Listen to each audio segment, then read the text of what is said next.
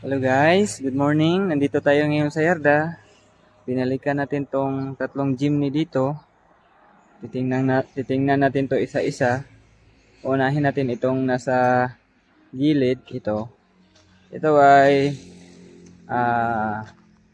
manual 4x4 captain seat. Yan.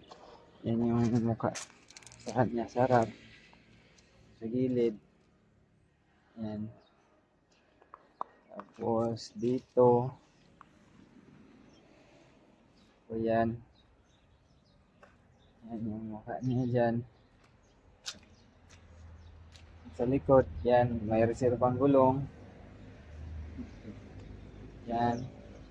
Ito siyang unit ito, manual 4x4. Yung gulong niya is hindi pa mags.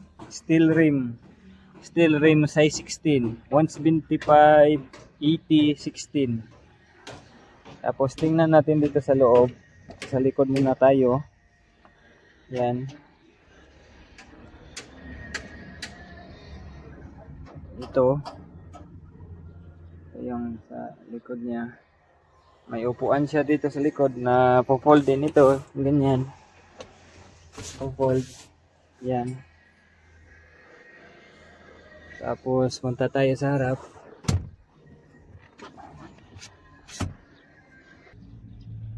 Ayan guys, dito sa harapan niya, ito sa driver side, napa sa right side kasi yung driver side niya hindi pa naka-convert.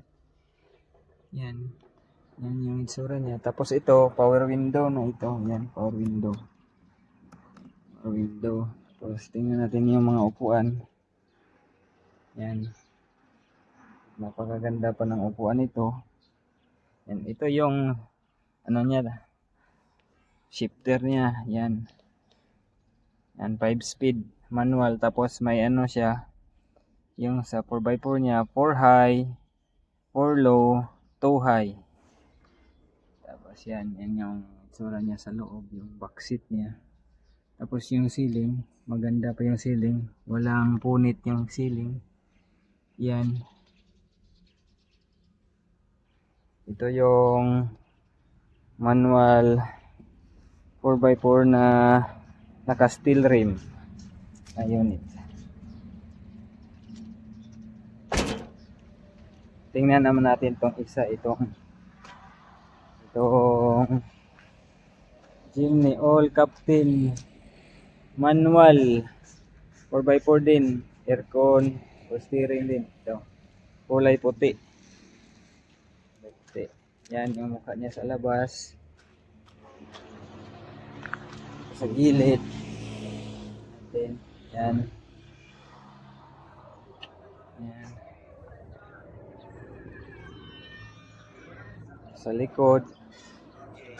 Sa kabilang gilid. Yan. Tapos tingnan natin dito sa loob. Yan. Ito. Power window din. Tapos ito siya na unit tong puti. Power side mirror ito. Yan. Meron siyang power side mirror. Yan yung sa loob niya. Ang dashboard. Tapos yung ceiling. Maganda pa rin yung ceiling. Yan yung upuan niya. Yan yung upuan. Baksit yan. Tapos ito yung katulad din ng isa. May 2 high, 4 low, 4 high, 4 low. Tapos ito yung manual shifter niya. Tapos tingnan natin dito sa likod. Yan. Sa likuran niya. Ganda rin ito. Tapos itong isa ay tapos ito palang manual na 4x4 na puti. Nakamags na ito. Yan. Size 16 din. Nakamags na itong gulong niya. Tapos itong automatic na jeepney. Yan. Yan yung likod niya. Tapos ang gilid. Yan. Gilid niya. Saka yung sa harap. Yan. Tingnan natin sa loob. dito, dito.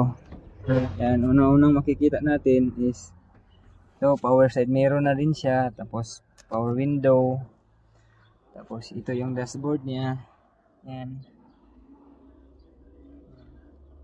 Yung upuan niya sa likod, may headrest pa ito kasi maganda ito ah. Tapos may ganito pa, may railings pa. Para saan kaya ito? Anong kaya ang ginamit ng may-ari dito sa Japan? Yan.